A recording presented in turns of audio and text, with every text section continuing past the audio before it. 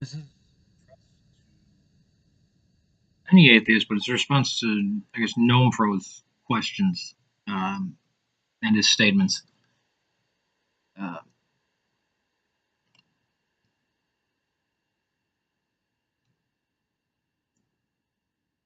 that if you reduce, I'll go through it backwards, that if you reduce Christ down to just a simple man, what's left? Nothing. No, not nothing. You claim that Mark is simply a getting everything from the Old Testament.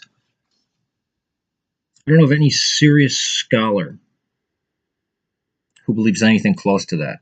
You claim that Paul only believes that Jesus is a spiritual being, even though he talked about him eating food, drinking wine, feeling pain, being crucified, having brothers and sisters, being a man born of a woman under the law, a physical man,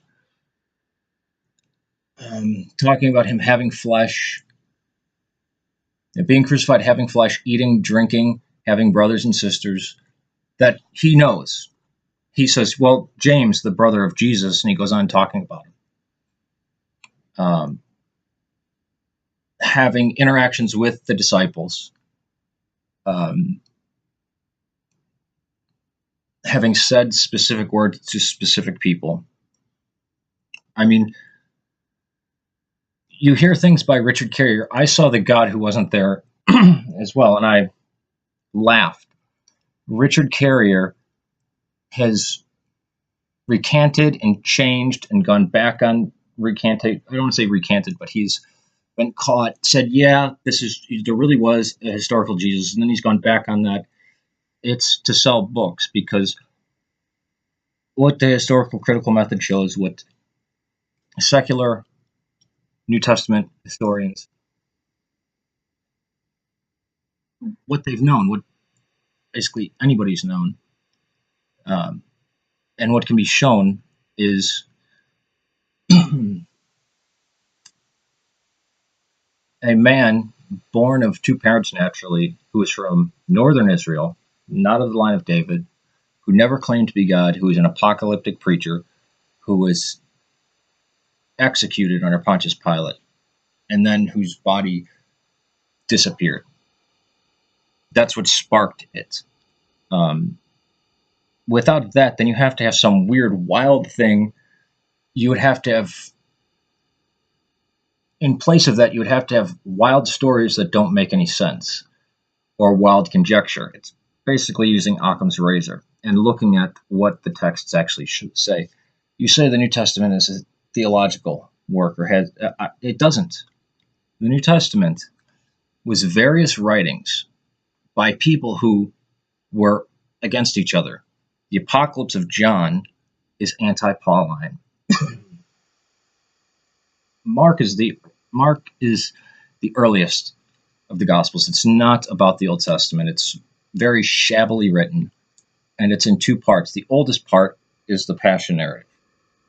Um, the newer part, which is the first three quarters of it, which is has immediately in there hundreds of times. The word immediately appears hundreds of times in this short chaptered book. And you know the length of a chapter, it's basically a paragraph. Um, you have to really stretch to make that conform to the Old Testament. I could make it conform to the Bhagavad Gita or Moby Dick better than the Old Testament. Um, the point was, Jesus was reenacting the prophets. He was stepping in the shoes of Elijah. He was doing all these symbolic things. The whole reason why John was baptizing in the Jordan, he got executed for being an insurrectionist, not because some girl danced and then asked for his head. That didn't happen. John was executed because he was an insurrectionist. He was reenacting the children of Israel in both the Reed Sea and in crossing into Palestine with Joshua, saying that the dirt of slavery is washed off of you. Take back what's yours. He was a zealot. John doesn't make any mention that Jesus or Mark only has it in the author is only saying that Jesus is the Son of God. Christ never says that in there. He says he's not of David. His mother's brothers and sisters are worried about him because they think he's crazy. Anyways, there's no theology. Matthew is a Judaized gospel. It's anti-Pauline. Luke was written to refute Matthew because Matthew was took Mark and Q and styled it to. It cut out all the parts where Gentiles were equal to Jews. And then John was a totally different thing. These were different schools or different church congregations fighting over the historicity of this man, Jesus. And there was different schools as well that wrote their own gospels that didn't make it in. Then you have Paul. None of the gospels really jive with Paul. They try to say Luke. John comes the closest. I actually originally thought John was Paul's hand. We have 7 authentic Pauline epistles. Then we have the pastorals, which are anti-Pauline or mediocre Paul. They're trying to cool Paul's message down. So the New Testament was compiled between 3 and 500 years, the time period, because you have Athanasius of Alexandria's letter in 367 AD. Then you have the Council of Carthage. But even then, after that, you still had the Didache, Shepherd of Hermas, First Clement, the Epistle of Barnabas still appearing in codices. So no, it's not about theology. The church already had their theology hammered out before they put together the 27 books. Those were just books that they could use verses out of to teach from. In and of themselves, no. Because you'd come to a different conclusion between Matthew, Luke, and John. You'd come to a different conclusion even from the Epistle of Peter versus the Epistle of Romans versus the Epistle of James. All of Paul, the Apocalypse of John counters all of Paul's writings. So no. What else? Oh, you said there's coins of Caesar's.